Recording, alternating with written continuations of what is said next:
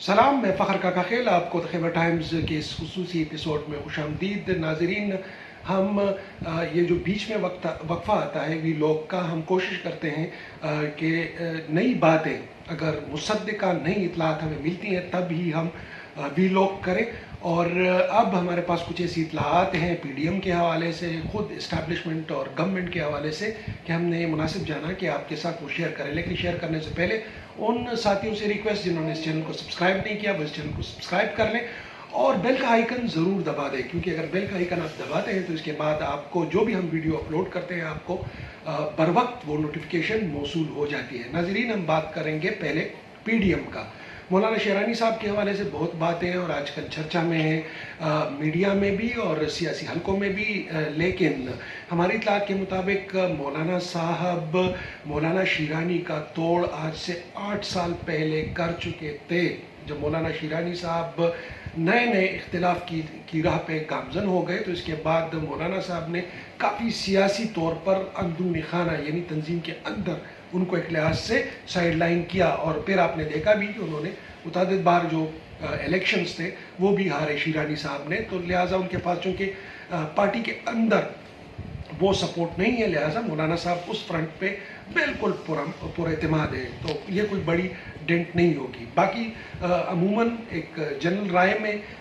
جب کوئی اس طرح کے رہنما پارٹی کا ساتھ چھوڑ دیتے ہیں تو پارٹی پر اثر نہیں ہوتا، البتہ وہ رہنما جو ہے وہ گمنامی کی تاریکیوں میں گم ہو جاتا ہے۔ حال ہی میں نون لیگ سے راہیں جدا کرنے والے چودھری نثار کا حال بھی آپ نے دیکھ لیا۔ اس کے بعد ہم بات کریں گے پی ڈی ایم کے استعفوں کے حوالے سے۔ استعفوں کے حوالے سے ہمارے پاس جو مصدقہ اطلاعات ہیں، سیریسلی یہ باتیں کی جا رہی ہیں کہ استعفوں کا معاملہ سینٹ الیکشن کے بعد کا رکھ لیں۔ اس سے پہلے آپ تک کی اطلاعات پہنچائی جاتی رہیں کہ پیپلز پارٹی انکاری ہے یا وہ اس لائن پر نہیں جا رہے ہیں جس لائن پر مولانا فضل الرحمان یا نون لیگ والے جانا چاہتے ہیں، اور وہ شاید استعفیٰ نہ دیں، لیکن وہ بالکل استعفوں کے لیے تیار ہیں۔ البتہ ان کا یہ ماننا تھا اور باقی تمام جماعتوں کی حمایت کے ساتھ کہ اگر استعفیٰ دینے کے بعد بھی ہمارے جو مطلوبہ مقاصد ہیں وہ پورے نہیں ہوتے اور الٹا ہم کمزور پڑ جاتے ہیں تو اس کے بعد کیا ہوگا۔ تو یہی وجہ ہے کہ نون لیگ اور مولانا فضل الرحمان صاحب وہ اب اس زرداری صاحب کی اس تجویز پر غور کرنے لگے ہیں، اور زیادہ امکان یہ ہے کہ استعفوں کا معاملہ سینٹ الیکشن تک کٹائی کا شکار ہو جائے۔ اس کے ساتھ ساتھ سینٹ الیکشن میں بھی یہ کوشش کی جائے گی کہ الیکشن میں جو سوچا جا رہا ہے اسٹیبلشمنٹ اور گورنمنٹ کی جانب سے کہ کس طریقے سے اپوزیشن کی نشستیں کم ہو جائیں، تو اب اپوزیشن نے یہ اسٹریٹجی اختیار کرنی ہے اور اس کے لیے ٹاسک فورس تشکیل دے دیا گیا ہے کہ وہ کسی طریقے سے رابطے بڑھائیں اور کم از کم وہ جو سیٹوں کی کمی کا تاثر ہے وہ ختم ہو جائے اور وہ خود کو کسی نہ کسی حد تک سینٹ کے اندر بچانے میں کامیاب ہو جائیں۔ ہم شروع دن سے آپ ہمارے وی لوگ اس بات کے گواہ ہیں، جب ہمارے بہت سارے ساتھی یہ کہتے رہے کہ اسٹیبلشمنٹ اور عمران خان کے بیچ میں دوریاں ہیں، ہم مسلسل آپ کو یہ کہتے رہے کہ اسٹیبلشمنٹ اور عمران خان ایک پیج پر ہیں، کیونکہ ان کا ایجنڈا ایک ہے، ایک ہی ایجنڈے کے تحت یہ پورا پروجیکٹ ڈیزائن کیا گیا ہے، اور جب تک وہ ایجنڈا پورا نہیں ہوتا تو اس میں دراڑ مشکل ہوگی، ناممکن تو نہیں لیکن مشکل ہوگی۔ سیاست ممکنات کا نام ہے۔ سینٹ الیکشن کے بعد کی جو صورتحال ہے اور ساتھ میں جو اسلام آباد کے اوپر چڑھائی کی بات کی جا رہی ہے، لانگ مارچ کی بات کی جا رہی ہے، لانگ مارچ پر تمام جماعتیں متفق ہیں، ہاں البتہ دھرنے کے اوپر اختلاف رائے موجود ہے، موسم بھی اس میں شامل ہے، دھرنے کے لیے جو فنڈز ہوتے ہیں یا ان کو مینٹین کرنے کے لیے اس کے حوالے سے بھی جو جماعتیں ہیں ان کے اندر تشویش ہے کہ کس طریقے سے اس کو مینٹین رکھا جائے گا۔ تو اس بات کا بھی توڑ نکالنے کے لیے کہا جا رہا ہے کہ لانگ مارچ تو کر لیا جائے، مطلب ورکر کو ایکٹیو رکھا جائے آخری دم تک، اور جو فائنل ہوگا، جو پتہ دوسروں کے ساتھ شیئر نہیں کیا گیا اور جو ہماری اطلاعات ہیں، مولانا صاحب کا وہ جو انتہا والے احتجاج ہے، جس میں ڈسٹرکٹ ہیڈ کوارٹرز کو مفلوج کرنا، صرف اسلام آباد کو نہیں، ملک بھر میں جتنے ڈسٹرکٹ ہیڈ کوارٹرز ہیں ان کی ڈسٹرکٹ انتظامیہ، عدالتیں، سب کا کام روڈز بلاک، اور خود اسلام آباد کے اندر جب چڑھائی کریں گے تو پارلیمنٹ اور ارد گرد جو اہم مقامات ہیں اس کو کس طریقے سے ان لوگوں نے مفلوج کرنا ہے۔ لیکن یہ میں نے جس عرض کیا، یہ ایک انتہائی اقدامات ہیں جو مولانا صاحب کے ذہن میں موجود ہیں، لیکن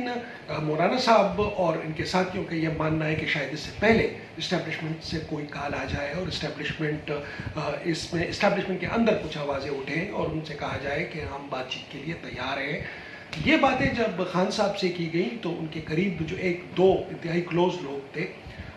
ان کے سامنے خان صاحب نے کہا کہ میں بالکل مینٹلی بھی تیار ہوں، صرف مسئلہ میری اپنی ٹیم کا ہے جس کا میں نے اظہار بھی کر دیا ہے، باقی پی ڈی ایم کی جو سیاسی چالیں ہیں یا اسٹیبلشمنٹ سے ان کے ساتھ رابطے ہیں، وہ ان کو اگر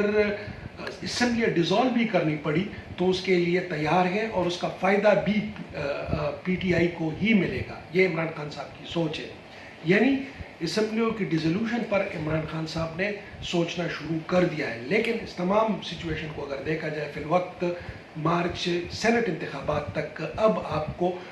جو اپوزیشن اور گورنمنٹ ان کے بیچ کی جو فوکس ہوگا وہ سینٹ الیکشن کے اوپر ہوگا، اور کس طریقے سے اپنے نمبرز کو اگر بڑھا نہیں سکتے تو کم کس طریقے سے کمی سے اس کو روکنا ہے۔ اگر اگر آپ ریئل کانفلکٹ دیکھنا چاہتے ہیں، میرے اپنے خیال میں میں شروع دن سے پی ڈی ایم کا جو بیانیہ ہے اس کی عوام کے ساتھ کنیکٹ، اس کے اوپر میرا اعتراض ہوتا ہے، کیونکہ جس ملک میں 40% کی جو لٹریسی ریٹ ہو 40 پلس، اور وہ لٹریسی یہ ہے کہ جو اپنا نام لکھ سکتا ہے تو وہ خواندہ ہے، یعنی وہ تعلیم یافتہ ہے۔ ویسے ملک میں آپ ووٹ کو عزت دو، پارلیمنٹ کی بالادستی، اس بات کی بجائے اگر عوامی ایشوز کو اٹھایا جاتا تو زیادہ مناسب ہوتا۔ اور اس کے ساتھ ساتھ جو لانگ مارچ کی باتیں ہو رہی ہیں یا پھر دھرنوں کی باتیں ہو رہی ہیں، ایک سمپل سا کیس ہے فارن فنڈنگ کیس، اگر اسی کو لے کر پی ڈی ایم یکسوئی کے ساتھ کام کرتی تو زیادہ حکومت کے لیے زیادہ مسئلہ کریٹ کر سکتی تھی، لیکن اپوزیشن وہ سارے کام نہیں کر رہی۔ تو اسے لگتا ہے کہ فی الوقت ایک اسکرپٹ ہے جس پر دونوں اطراف چل رہی ہیں، اور اس اسکرپٹ سے آگے پیچھے چیزیں نہیں ہو رہی، اور اس اسکرپٹ میں ہی ہماری اطلاعات کے مطابق یہ درج کیا گیا ہے کہ مارچ جو سینٹ کا الیکشن ہے فی الوقت اس تک ہی سیاسی سرگرمیوں کو رکھا جائے۔ مخالفت کے لیے جو جلسے جلوس ہیں، ریلیز ہیں، وہ چلتے رہیں گے، لیکن فی الوقت اب نظریں لگی ہیں سینٹ کے اوپر۔